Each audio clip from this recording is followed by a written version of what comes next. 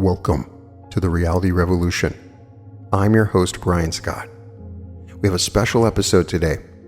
We're going to focus on the idea of the magical power of service. I've studied all aspects of magic and power.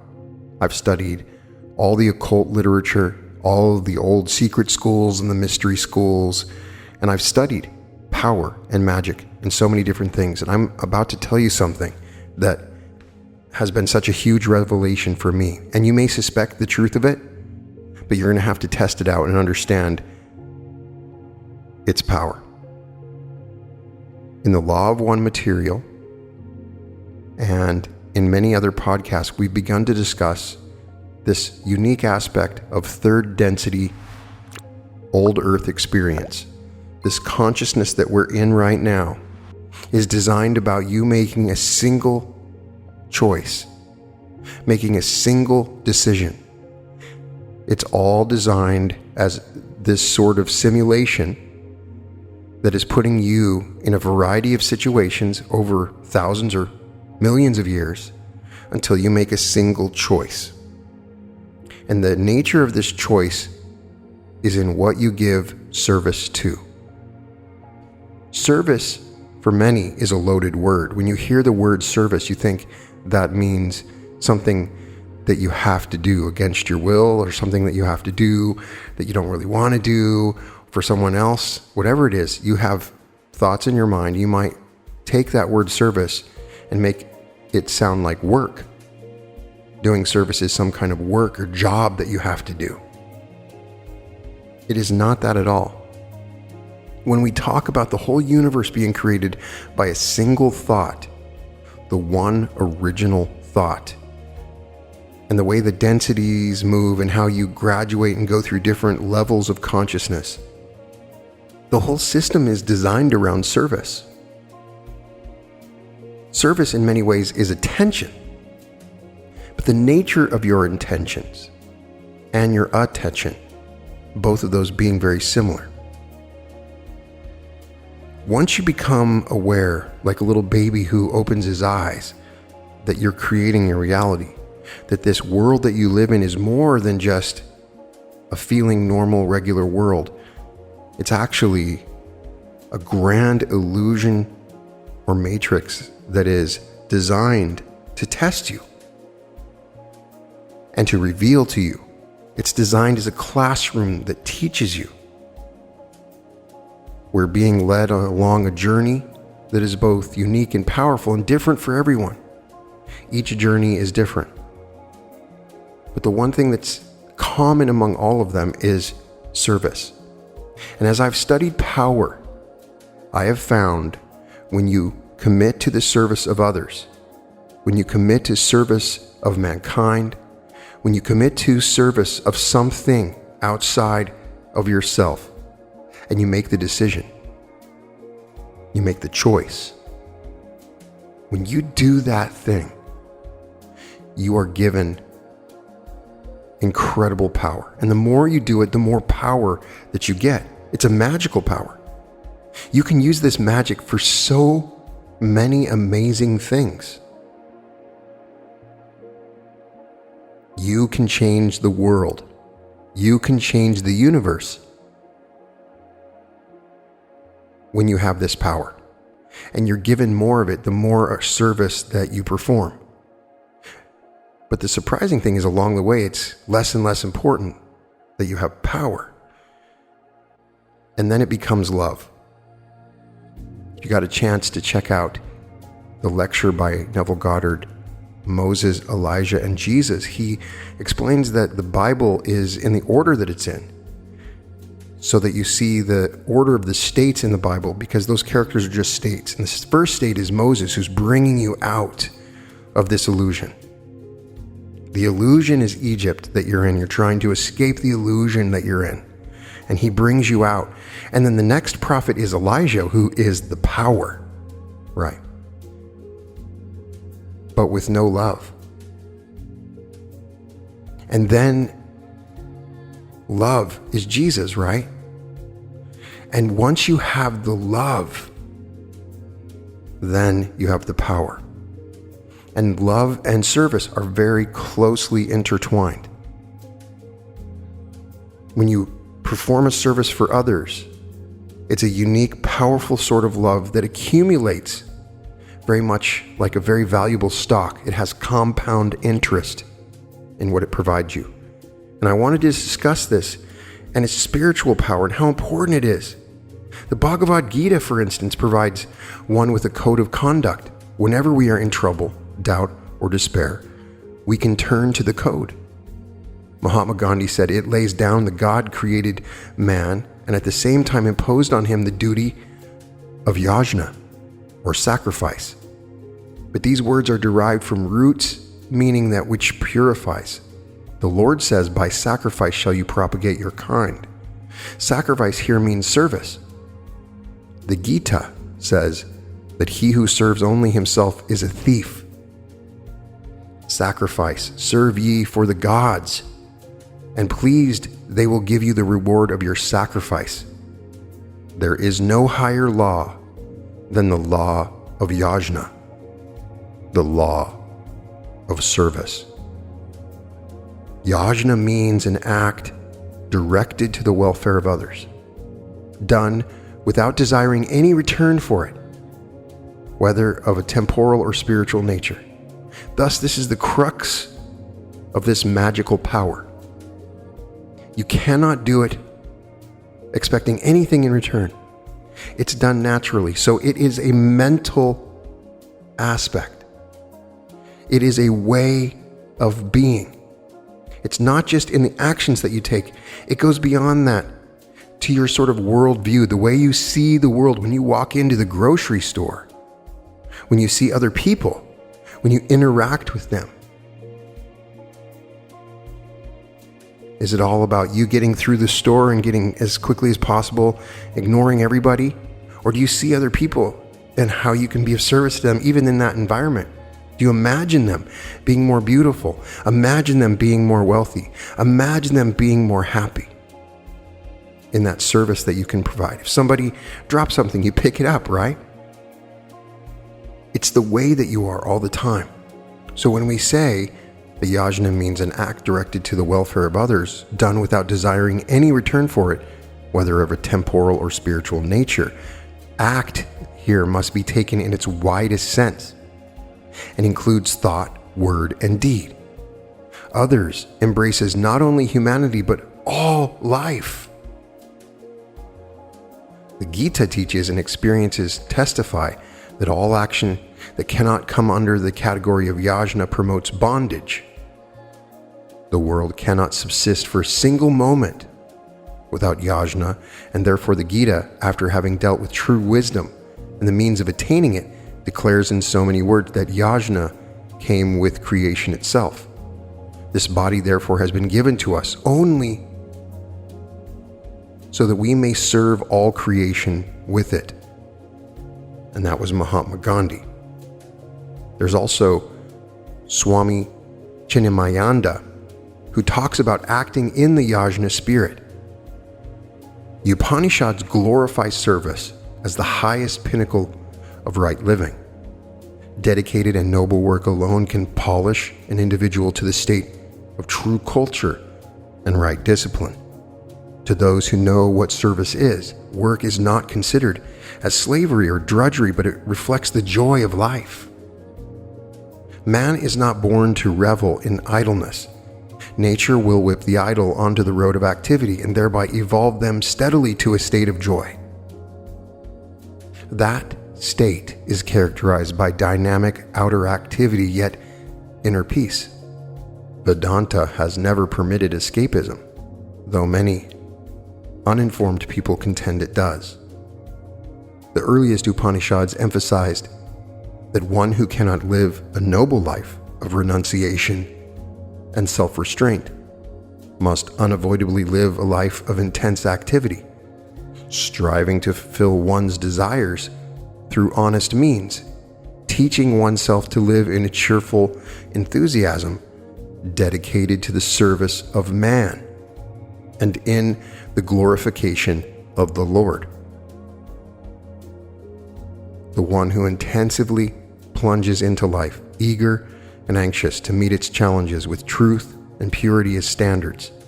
To such a person, actions do not cling, living the entire lifetime in a spirit of paying homage to the Lord, detached from anxiety for the fruit of actions and from the ego sense, is lauded not only by the Bhagavad Gita, but also by the Upanishads.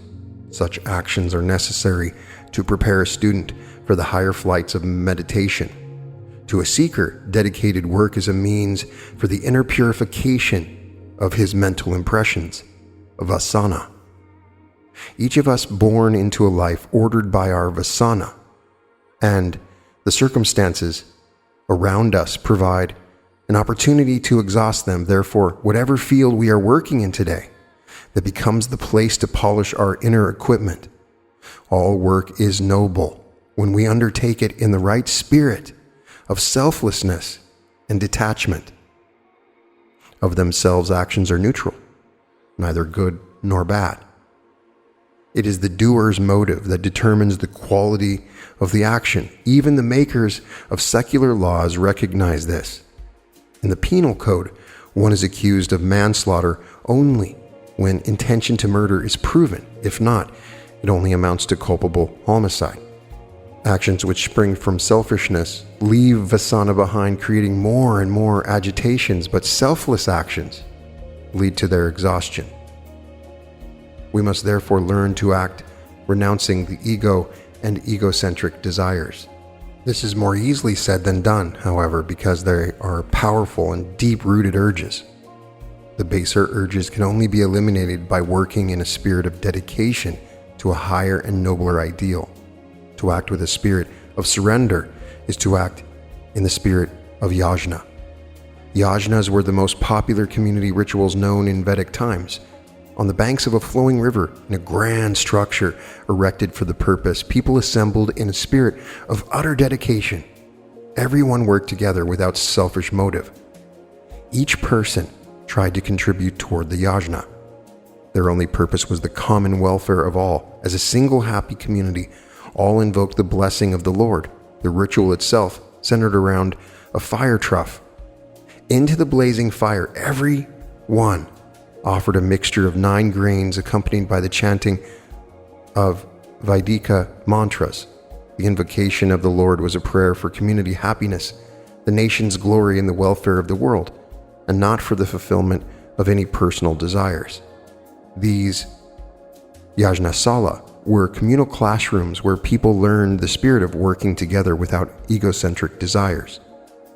This yajna spirit was later completely veiled from the people, and only the pomp and show of the ritual continued to attract the attention of the masses.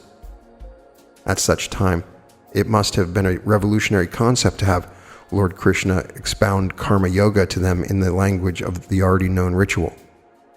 The world is bound by actions other than those performed for the sake of yajna. Therefore, O son of Kunti, you perform actions of yajna alone without attachment. That is in Bhagavad Gita 3:9. Every action can become a sacred yajna. Every action. If we act without ego or egocentric desires, even the dreary, dull, daily routines from all walks of life can be divinized into sacred worship if we perform them as offerings to the Lord, or God, or the universe, or the collective, or the whole. We generally act in dedication to wife or to children, and naturally our achievements are small and limited. Our abilities will increase according to the glory of the altar of our dedication. Thus, the ambassador of a country, otherwise an ordinary man, can sign for his country on trade agreements. It is no longer he as a person who is signing for his personal gain. He signs for the country that he represents. Thus, the spirit underlying the most popular Vaidika ritual can be practiced not only in the yajnasala, but it can be brought to bear in all actions, whether in home, office, factory, or in the fields. In the above verse, Lord Krishna has advised Arjuna to perform all his duties as an army officer in the spirit of yajna. He emphasizes 2 features that must be maintained in all action. 1, it must be performed efficiently, and 2, it must be undertaken and executed without attachment. If we are to gain mental poise and beauty from the work undertaken, we should be efficient in the performance of all our actions. People tend to be efficient while performing their own work, but when it comes to volunteer or social work, they become careless and inefficient and work only half-heartedly without a high ideal. People do not find an altar high enough to negate their ego and egocentric desires in order to execute a selfless program of work. Therefore, naturally, we find a larger play of the shameless ego and its baser desires all over the world. To be released from the bondage of our past is to rediscover a freed personality, capable of seeing life as it is and reacting to life spontaneously, without being controlled by vasana. So let us do all our actions in a spirit of dedication to the Lord. Then all our work, good, bad, or indifferent, will become a continuous worship of Him. Living without attachment, apart from performing all duties and fulfilling all engagements with maximum efficiency, we must have an attitude of unattached within. The word unattached, or asakta, is often used in the Bhagavad Gita, but unless we understand its full import, we are apt to misunderstand the entire philosophy behind it. We all have attachments. We are attached to our parents, spouse, children, work, property, and so on. But what is attachment? It is certainly not physical. When we say that we are attached to our pets, we only mean a mental attachment. Whenever we have a strong feeling of want for any being or thing, that is attachment. The intensity of attachment is always directly proportional to the intensity of our demand of I want. Thus, there are two factors, I, the ego, and want, the desire to possess and enjoy. The ego, self-identification with the body, mind, and intellect, and egocentric desires together constitute attachment. Our lingering anxiety to gain and enjoy specific fruits from the action spoils our inspiration to act and saps our present efficiencies. When we perform our work efficiently, we grow and our community grows with us. While performing any actions, we can refuse to burden ourselves with worries and anxieties over the results of actions. The results of actions depend upon the quality of our action. Therefore, the seeker should function purely in the spirit of work for the sake of the work. We see this spirit everywhere around us, from the twinkling stars to the flowing rivers. Nature serves the world in the yajna spirit. Sun shines, but demands no appreciation from anyone. Rains fall, rivers flow, plants flower, trees bear fruit, oceans heave, towering mountains stand. All serve the world, making it what it is. And not one of them seems to demand even a passing recognition from the people benefited by them. They all perform their duties and attain fulfillment in the very performance. The entire world of cosmic powers and natural phenomenon function instinctively in the service of others. Even before life appeared on the face of the earth, the elemental forces had prepared the field through their constant activities performed with a spirit of dedication. As life developed and evolved at all levels, we can easily recognize different degrees of yajna activities which maintain the harmonious growth of existence. Every sentient and insentient member of the cosmos instinctively follows the law of Seva, the universal law of sacrifice. Man alone is given the freedom to act as he likes. But to the extent he disobeys that universal law, to the extent he suffers because he, with his arrogant and egoistic actions, brings a discord to the harmony around him. But when individuals in a community strive cooperatively without ego or egocentric desire, the cosmic forces that constitute the environment will also cherish them. In short, when man works with the yajna spirit, the outer circumstances miraculously change their patterns to be conclusive to the common will of the community. which strives for the good of all. In nature, this law of Seva was set in motion at the beginning of creation. It is a natural law. He who understands nature's laws and lives in harmony with them will be benefited by nature. The more we probe into the secrets of nature, the more nature reveals her laws, and obeying them, we end up increasing our harmonious existence with the phenomenal world. It's very important. It's more important than the law of attraction, or it's the way that you can use the law of attraction effectively to manifest anything that you want. It is a natural law. You can see it all around you. If you understand these laws, this is very important.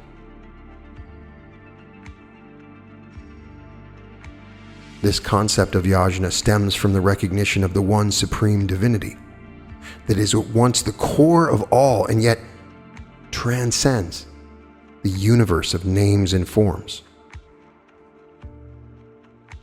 All are but the one infinite self, Brahman, God, the universal mind,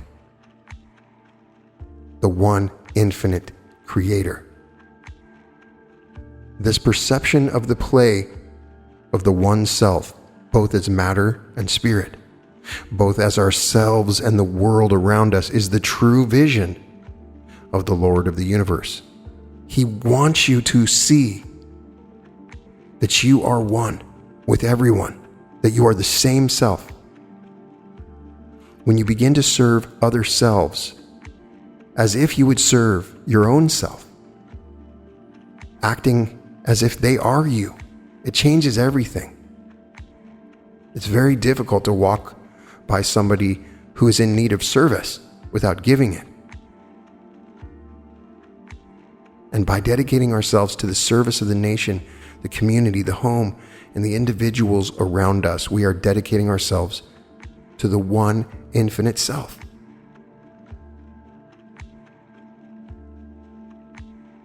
We see ourselves everywhere and his plays in all activities. The devoted servant is never bound by the result of his actions, but he attains the intimate inner experience of the self-divine. An individual whose limited egoistic ideas are replaced by the constant recognition of the Lord as supreme becomes an efficient instrument for the expression of the divine will. The purification of our personality is only possible when the mind is made to constantly sing the divine song, praising the glories of the one self. In the song of truth, the heart begins to beat with the highest of divine impulses. Actions performed by such an individual are no more ordinary actions, but they become expressions of the supreme will. Rodney Smith called it expressing our practice, saying that whenever you find yourself yearning to lead a more nourishing spiritual life, what kinds of activities do you imagine yourself doing? Have you asked yourself, if I want to be more spiritual, what am I going to do? And if you're like most people, you may have specific practices and environments that you define as spiritual. They might include going to a house of worship, or a meditation hall or quiet spot in nature, and engaging in prayer, meditation, solitude, and self-reflection. These spiritual pursuits seem to foster a simpler, more peaceful life in which we might experience greater intimacy and self-worth. But with the many responsibilities of life and the other stuff that we have to do in the world, sometimes we just don't have that much time. We have precious little time to devote to such practices. It can be hard to find the time just to get 30 minutes. That's when you need it the most. When time does permit them, Our spiritual yearning is momentarily satisfied, just momentarily, and we feel aligned with the needs of our hearts. But generally, our spiritual practice remains kind of secondary as this other thing to our most pressing everyday activities with our kids, or family, or business. Is it possible that we are defining our spiritual practice in too narrow a way? Spirituality is 24/7. Perhaps we have become too attached to a particular form of spirituality, to a specific practice or set of circumstances. If we return to the intention behind our practices rather than adhering strictly to a form that supports the intention, we may discover a new approach to spirituality, one that truly feeds our hearts. For me, that discovery has led to serving others as a practice of the heart. Service work is a form that seems to be common to all the sacred traditions of the world.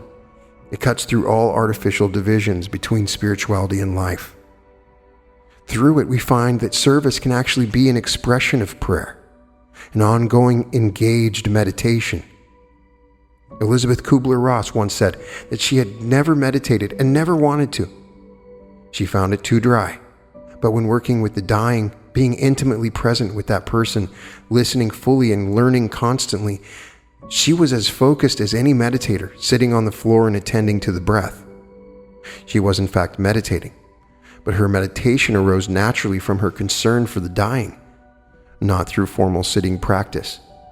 For her, meditation was an expression of her service to the dying. Service has a way of transforming our daily life into spiritual practice. If the service work is defined as breaking through the artificial barriers that seem to isolate us from the rest of life, then washing dishes, dressing, cooking, eating, and showering are not separate from our prayer or meditation. So all those little things that we have to do, taking the garbage out, cleaning the litter box, all those little things are just like prayers, just like meditations. When our daily activities teach us about our relationship to all things, our life becomes an unceasing prayer of the heart. Every action you're taking is an action for God, even when you have to take out the garbage or wash the dishes. We become less dependent upon specific practices because we are more aware of the interrelationship between who we are or meditation, but we no longer find that these are the only ways to access spiritual dimensions. Our heart becomes as available through a variety of contacts and relationships as it does through sitting meditation.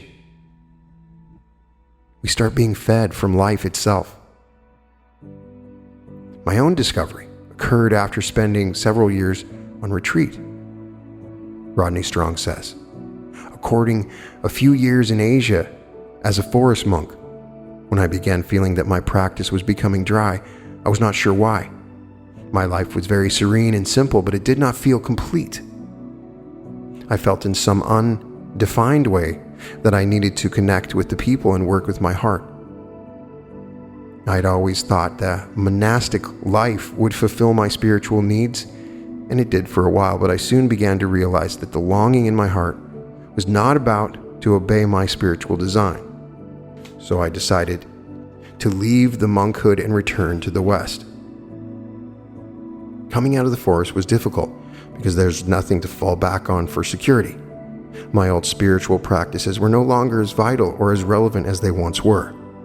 There was fear of going forward, and there was no turning back. I felt very alone and exposed. I was not sure I had the strength or focus to keep walking in a spiritual direction in the face of the growing responsibilities of a lay person.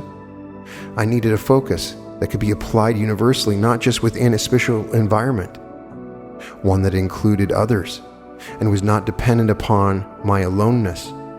Around this time, I had a conversation about service with Ram Dass.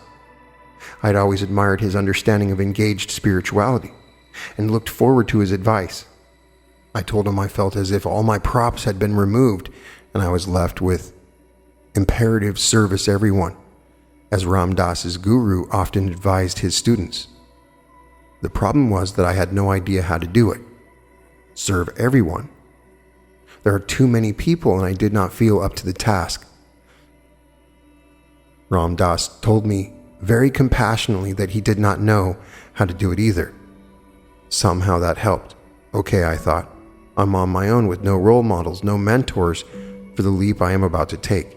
That freed me up to be creative and to let the path unfold to my unique way, which eventually led to hospice work. In my search to learn how to serve, I have come upon a quotation by a writer named Harold Thurman Whitman that has been extremely helpful. I keep it on my desk and reflect on it. It keeps pulling me deeper and deeper into its meaning. It reads, "Do not ask yourself what the world needs. Ask yourself what makes you come alive, and then go and do that. Because what the world needs is people who have come alive."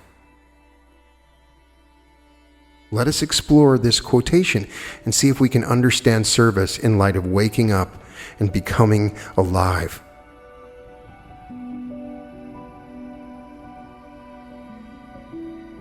Aliveness is our birthright. To come alive, we must align ourselves with our heart's desire. We just have to rediscover how to do that. The word aliveness implies wakefulness, awareness, and a connected passion for life. We may notice that the essence of aliveness is a pure quality distinct from the actions that spring from it, such as following our desires or avoiding our fears. No matter where we start with our understanding of aliveness, however, through investigation we penetrate to new and deeper meanings of this word. We need to keep redefining the idea, allowing it to evolve beyond what we think it means. In this way, it will always be fresh and new as our aliveness itself. Serving versus helping. Exploring Whitman's observation takes away the enormous tension in trying to understand how to serve. It solves the problem of how to practice and fully participate in our lives at the same time. It says that service is not a burden. Rather, it defines service as that which feeds our aliveness. Helping was always a weight to me. It was like forced Christmas shopping. I really was not into it, but I thought I should be, and people expected me to do it. When I understood that service springs from generosity, not self-discipline, I began to tap the wellspring of energy from which generosity arises. This energy cannot be depleted as long as it is connected with my heart's interests. The vital understanding for me was that if felt like a burden, it was. If service comes out of should, it cannot be anything but an obligation. It is a responsibility. It is helping, not serving.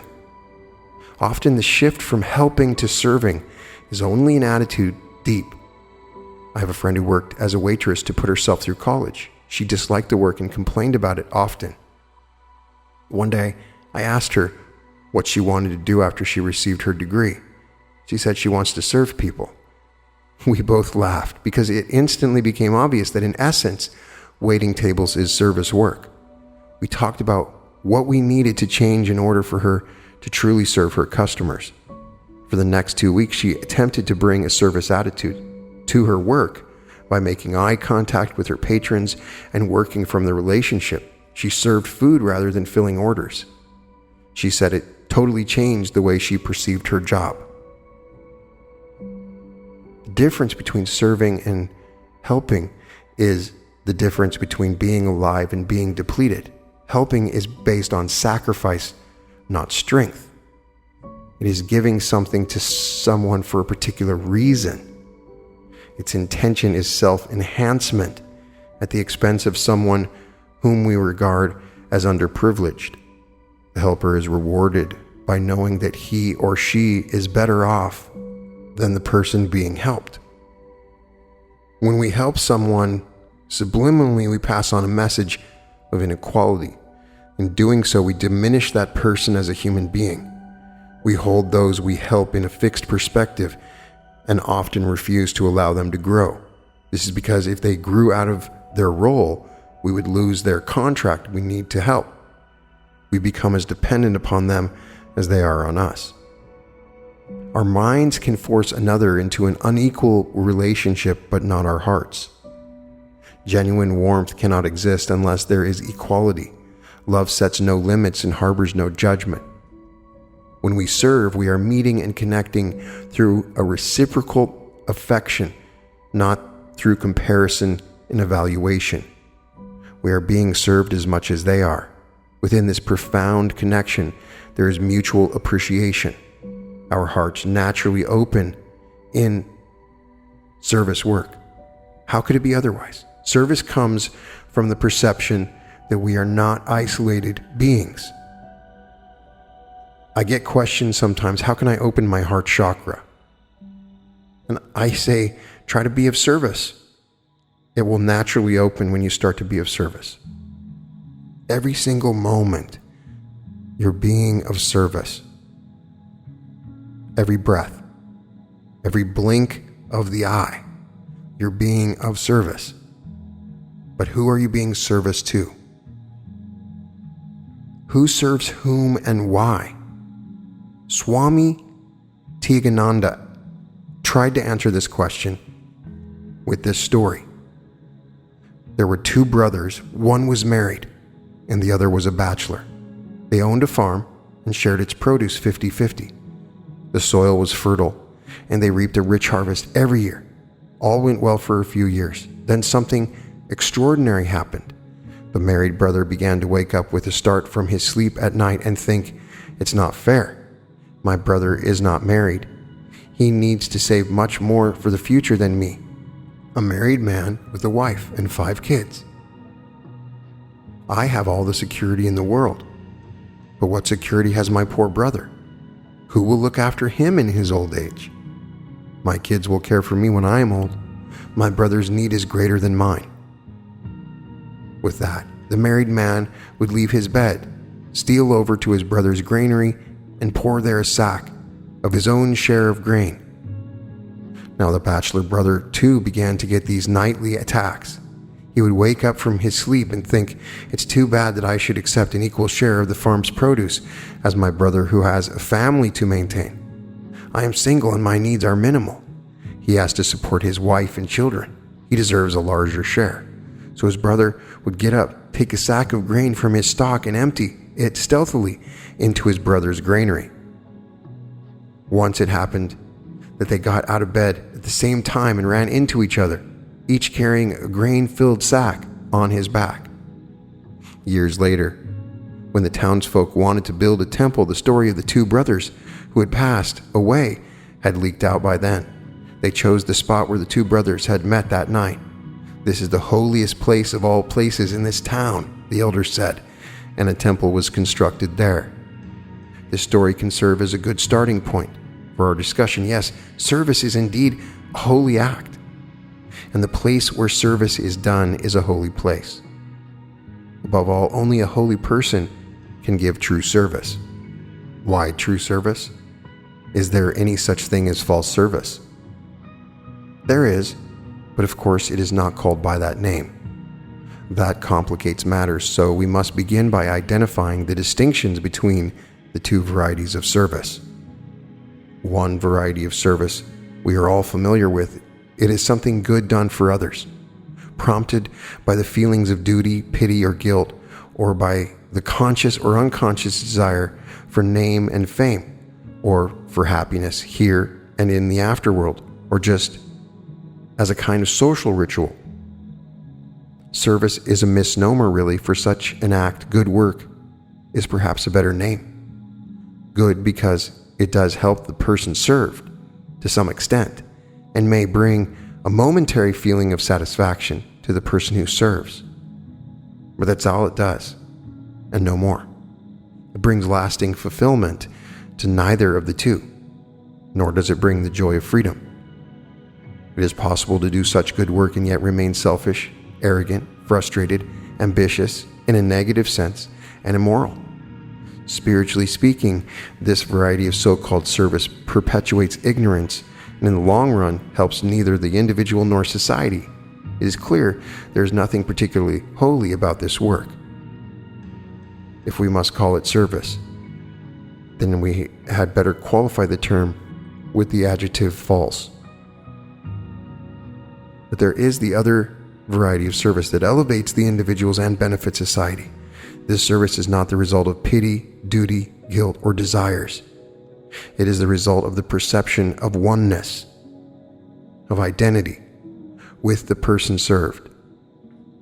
There is no hesitation or calculations before doing this kind of service. It is a spontaneous act that comes to one as naturally as breathing.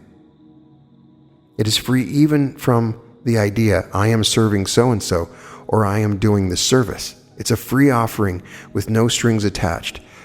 Both the giver and receiver feel blessed and uplifted. There is service, and to distinguish it from the much too common variety described earlier, let us call this true service. This is the kind of service saints and genuinely holy men and women do. What this means really is that if you and I are able to extend the kind of service to everyone and everything around us, we too shall become genuinely holy. Perception of oneness is the mother of true service. But how many perceive oneness? We only see multiplicity and distinctions and differentiation everywhere. No two things are exactly identical. Yes, even twins are not identical in every respect. The basic distinction we observe is between this person who is me and everything that is other than me. The distinction between the I and the not I. I am different from the rest, and the rest differ among themselves. If there is someone called God, he too is different from me, just as he is different from everyone and everything else. Differences galore everywhere. Where is oneness? I can perceive oneness only if there is oneness. And if it is true that oneness exists, the question is, why don't I perceive it? This is the fundamental question before Vedanta. And its answer to this question is the only sensible answer that can be given. You don't perceive it because you don't want to perceive it. You are ignorant if you close your eyes and deny the sun because you don't perceive it. Does that mean the sun doesn't exist? This can't be countered, of course, by saying that everyone sees the sun, and the denial by an individual would be clearly invalid and unacceptable. But such is not the case with oneness. The fact is, no one sees the oneness, though quite a number of people talk or write about it. The perception of the many is a universal experience, and so cannot be wished away by simply saying that it is the result of ignorance. Vedanta teachers flatly deny this. They say that it is quite okay to say, I do not perceive oneness. But what right has one to claim that no one perceives oneness? If something is true in my case, must it be true in every other case also? If I am a fool, does that mean everyone in the world is also a fool? It's another matter, of course, that no fool believes he is a fool. I am not the standard by which the world ought to be judged. So the claim no one perceives oneness is unacceptable.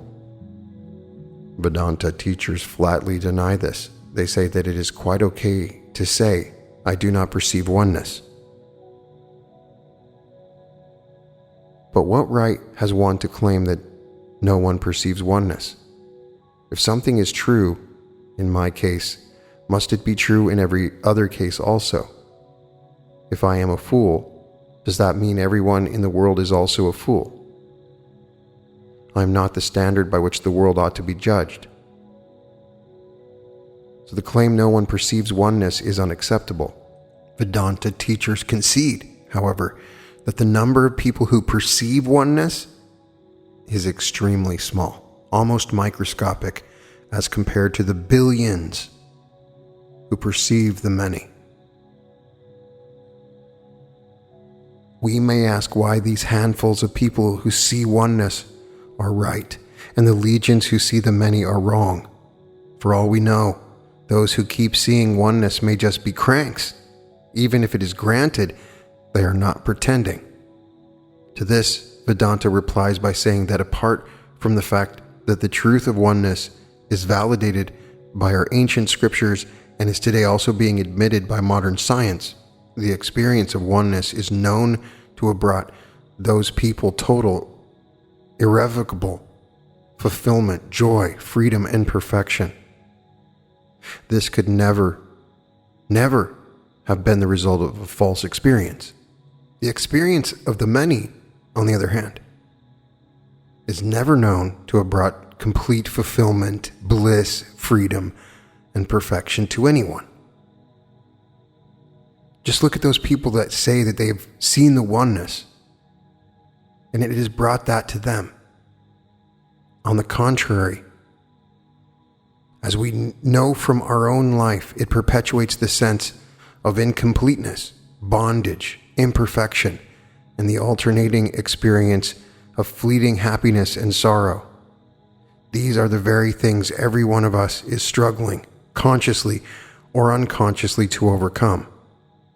If the experience of oneness can help us overcome these, and we know it has helped a few brave, determined souls in every generation, our common sense will tell us there must be something wrong with our present experience of seeing the many.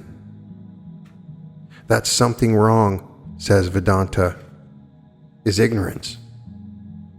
When did this ignorance come? The question has no answer. By the way, just because we are able to formulate a question doesn't mean it has an answer. If a child is ignorant about the number of gold medals the United States won at the Olympics and asks, when did this ignorance come? What answer do we have? All we can do is to tell the little one, I do not know when your ignorance came, but I can tell you how you can remove it. Then we pass on to him the knowledge we have of the number of gold medals, and the child's ignorance vanishes. That is exactly what Vedanta teaches. Don't bother about when your ignorance came. Recognize its presence and focus on how you can get rid of it. The method is simple enough, at least in its description. Where else need we go for this than Sri Ramakrishna and the Holy Mother? Here are Sri Ramakrishna's words.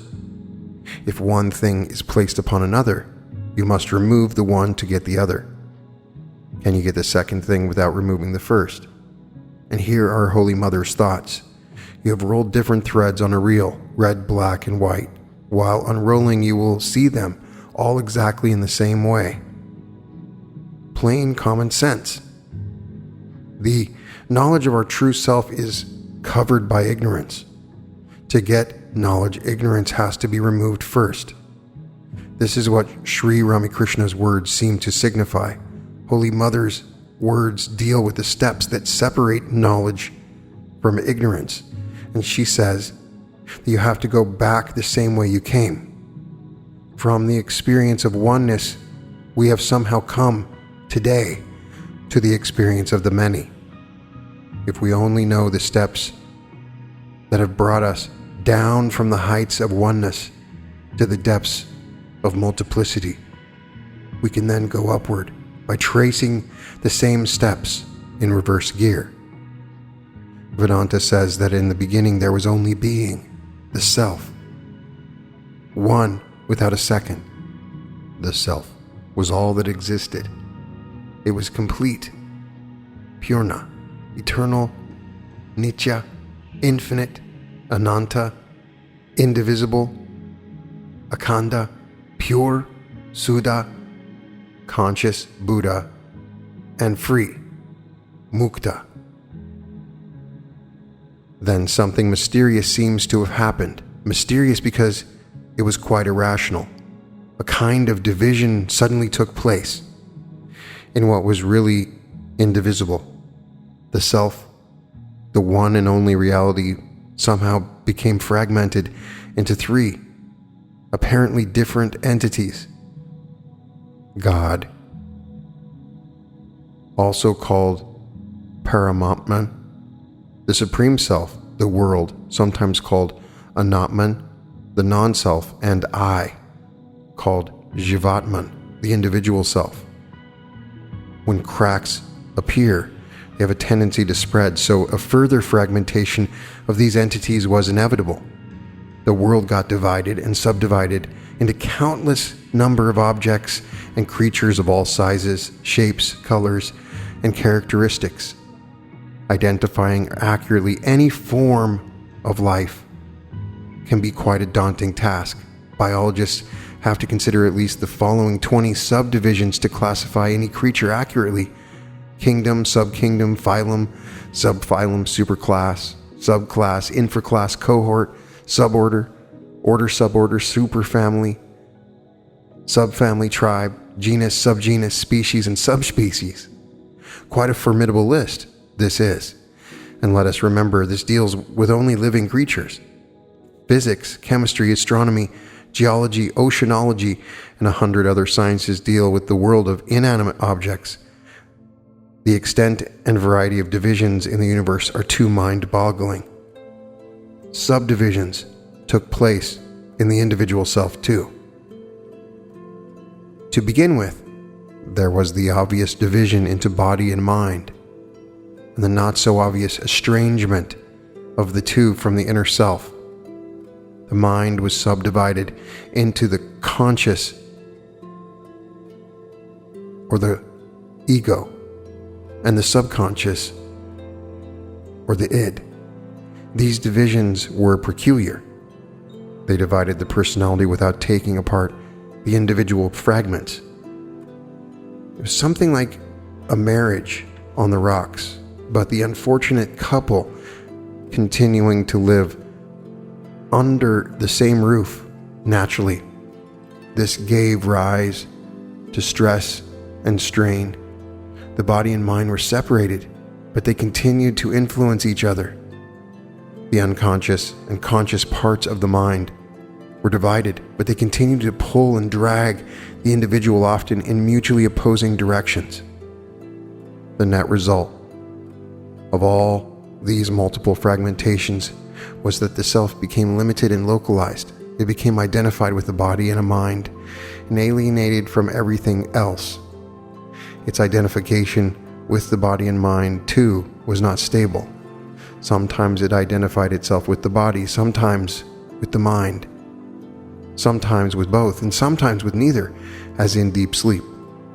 The person became alienated from the spiritual essence of his being, and worse, did not even know that he was so alienated. The conscious part of his mind became alienated from the unconscious as well as from the world around. In this way, the self became even more narrowed down as it got identified not with the whole personality, but only with a fragment of it at any given time. The other fragments thus remained alienated, and it is they who destroyed man's peace, upset his harmony, and robbed him of his sense of fulfillment and wholeness. Thus man became, so to say, alienated from himself or herself. Much has been written about self-alienation. Some of the best minds in the fields of spirituality, philosophy, psychology, and sociology have pored over the problem of alienation. Their interpretations varied because their ideas of the self varied, and also because their perspectives and approaches were different. Nevertheless, they have come up with valuable insights and have enriched our understanding of this central problem of human existence. We have seen how we descended from the state of oneness to the state of mutually conflicting many. From the one to the many, the descent is complete. The fall of man, allegorized in the story of Adam and Eve, was from the state of oneness From one has emerged the many, and the many must merge back into the one. The fallen man must rise again. The upward march toward unity must begin. The broken fragments constituting the many must be joined. The divisions must be cemented. In plain words, alienation must be removed. It is here the service comes into the picture. From the many to the one. There are two approaches to the problem of overcoming the many. First, the traditional approach. When pieces have to be joined together, or when cracks have to be mended, we use an adhesive. Love is the adhesive that joins the many into one, complete, whole. Love grows into an unselfish person and expresses itself through service. So first and foremost, we must all become unselfish and force ourselves to sacrifice for others and to do good to others. This is the Judeo-Christian, or more specifically modern Western approach to social service. With the almost global proliferation of Western technology and along with it, Western values, this approach is today found even in many parts of the Eastern world. Here the self is objectified, and certain moral rules are thrust upon it. The person is expected to become unselfish, or loving, or charitable, and so on. The aim is to become someone different from what one is. This involves needless struggle and usually produces inner conflicts. Moreover, one seldom succeeds fully in the struggle to become this and that. People go on trying to become unselfish and to prove the point, doing good to others, but in the process create a lot of unhappiness for themselves and others. Most of the efforts at social service in modern times show this phenomenon. In the West, social service is more organized. In a sense, it comes naturally to Westerners as a result of years of social discipline and upbringing. Thousands of small and big institutions and millions of men and women, young and old, are engaged in volunteer services every day. One would expect that with so many unselfish people around, the society here would be ideal. Would to God it was so. But we see that in spite of all the so-called unselfishness of the modern man and woman, we see divorce and violence and rapes and drug addictions and neuroses and wars. We see black money. We see secret societies steadily increasing, and the social structures crumbling in many parts of the world. How do we explain this strange phenomena?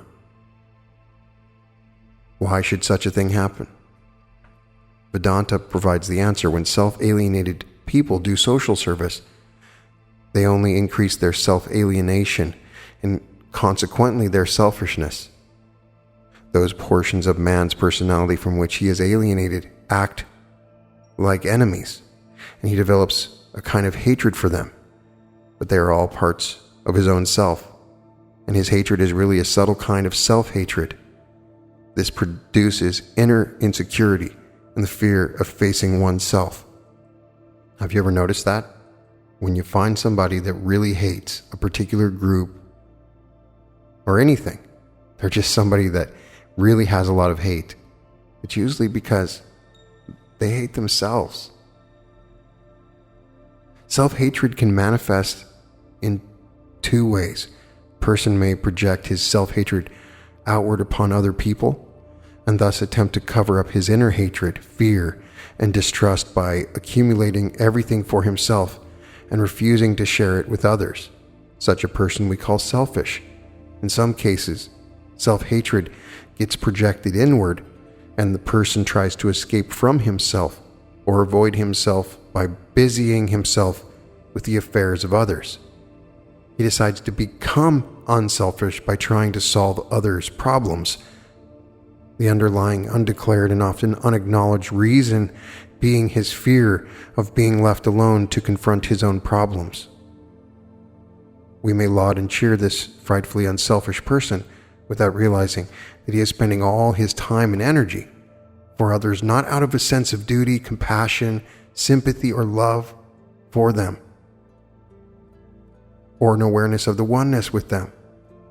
Though these may be the ostensible reasons, but to avoid the horror and pain of confronting himself in the silence of his heart.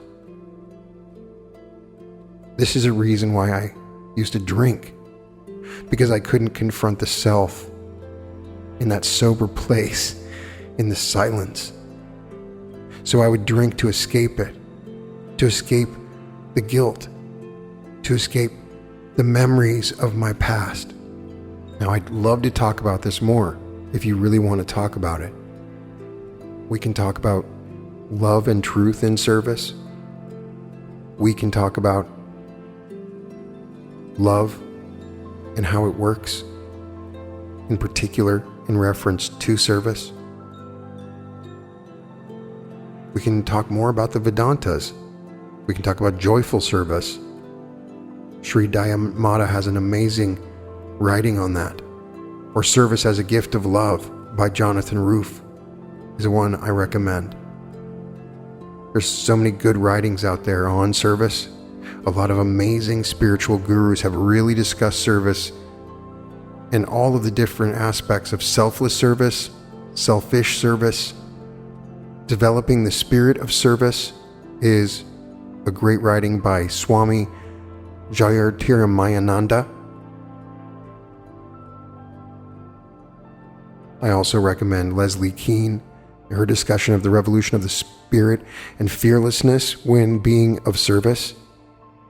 There's so much more, so if you guys want me to, we can discuss some of these other teachings on the powers of service. But the primary idea for you to understand is that there's a decision that you have to make. A decision of who you want to be of service to. Now, I ask anybody listening, do you remember when you made that decision? I remember exactly where I was sitting. I remember what time it was during the day. I remember the vision I had in my head. I remember when I openly said out loud, I am service to others. Why did it take me so long to realize I had to make that choice? Of course, I had been service to others my whole life, but had I? I was not aware of the battle of self within self or the oneness. I was walking in the zombie land of reality, in the matrix, not really understanding what was happening around me. And the aliveness, and becoming alive, talking about this stuff brought me into that feeling of liveliness. And I'd like to know where you were sitting, what you were doing when you made the choice. Have you made the choice? And when you do, don't do it for any reason, to gain anything in particular. But tell me about what happens. I want to know your stories. I want to know about the magical power that it ends up giving you, even though that is not the reason that you're doing it. So please tell me about your choice. I want to know about it. Tell me all about it. Tell me how it felt. Tell me what happened afterwards. Tell me about the opportunities of service that you had. Tell me your stories, because these stories I can share or others can share. Put them in the comments. Tell me what happened after you did it. When you truly felt like you crossed that threshold, when you started doing it on a regular basis, when you changed the way you thought and you realized that you were being of service in every moment, finding the love in every moment, feeling the natural vibrancy of that aliveness. And everybody has this one unique thing about them that they can offer, that no one else can offer. I promise, just go back to your childhood. You have something about you. That's the best thing I can tell you, is to go back to your childhood. Something really fascinated you when you were a kid that made you super happy. Is there anything that you let go, that you miss? Is there something that you always really love that you would rather be doing right now? I know it sounds crazy, but that thing that you love, that you really love, maybe you're not quite aware of it, or it's related to that thing, is how you can be of service And then it really is fun because it's something you enjoy anyway, and it's a service no matter what. The artist has pure joy when he paints the painting. The musician has that pure joy in the song when they have that vibe, right? In that moment, they are being of service to everyone. Think of those amazing songs that you've heard so many times. Think of those amazing songs and how they've changed your life. All of that was of service from that place, in many of them. And you can find a place, a way to be of service, different than you think. It's not a burden. It's not a job. It's not something tough, something extra, a chore that you have to do. It's not. It's love. Recently, I went to the grocery store. Some, of course, we all have to do every week, right? Or every other week, or however you do it, right? And I walked into the grocery store. I've always been super excited by the idea of Paul Selig, where he says, you just see everybody there and you declare to yourself, I know who you are, I know what you are, I know how you serve. You are free, you are free, you are free. Because it felt like in that moment when I said that, it felt like I was connecting to all those souls at a higher self level, where I was connected with all their higher selves in that moment. And this amazing service was being offered. All the people there were free in that moment. As I said, I know who you are, I know what you are, I know how you serve. You are free, you are free, you are free. And I started to see everybody, and you start looking at people and you imagine their best self. You just see in an instantaneous moment, you transform them into their perfect version and only see them as that perfect version. You see the 400-pound woman in perfect shape.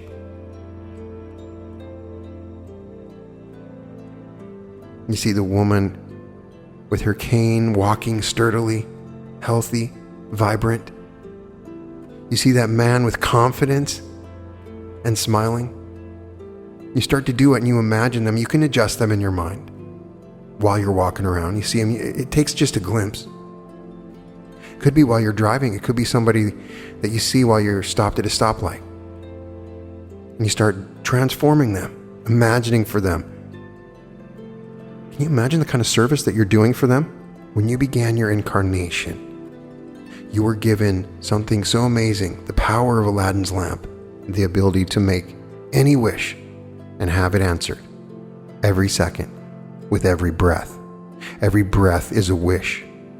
And you can use every breath to wish not just for one person, but for the whole planet, for the whole universe. You can start to breathe into the flow of the oneness. You start to become aware that the one is you. The oneness seeps into you and you start to see other people. And there are these moments you have when you're around people, sometimes even online, and you are instantly in their body and you're aware of their whole life. You know everything about them. It just fits perfectly. You have their vibe, what kind of foods they eat, what kind of sense of humor they have. You know everything, their whole history. And you're from them, and then you are them, and then you have this amazing love for them. And then from then on, like whenever you see them, it's you. And you can identify with what's going on with them. And so you have the experience of the oneness with that person. And for me, it's like a montage, like a movie, like really super fast frame shot of their whole existence in that shot from first person perspective, meaning that I could see their world from their eyes, feel their feelings, understand their thoughts. And oftentimes this means seeing where somebody is coming from, even when they're wrong. You meet people and they're misinformed or they don't understand, and you say, oh, you don't understand, you've been brainwashed, or you're ignorant, right? But when you see from them, you understand why they think like that. And you still understand them in a way that you can still love them because you are them. It's not really that big a deal.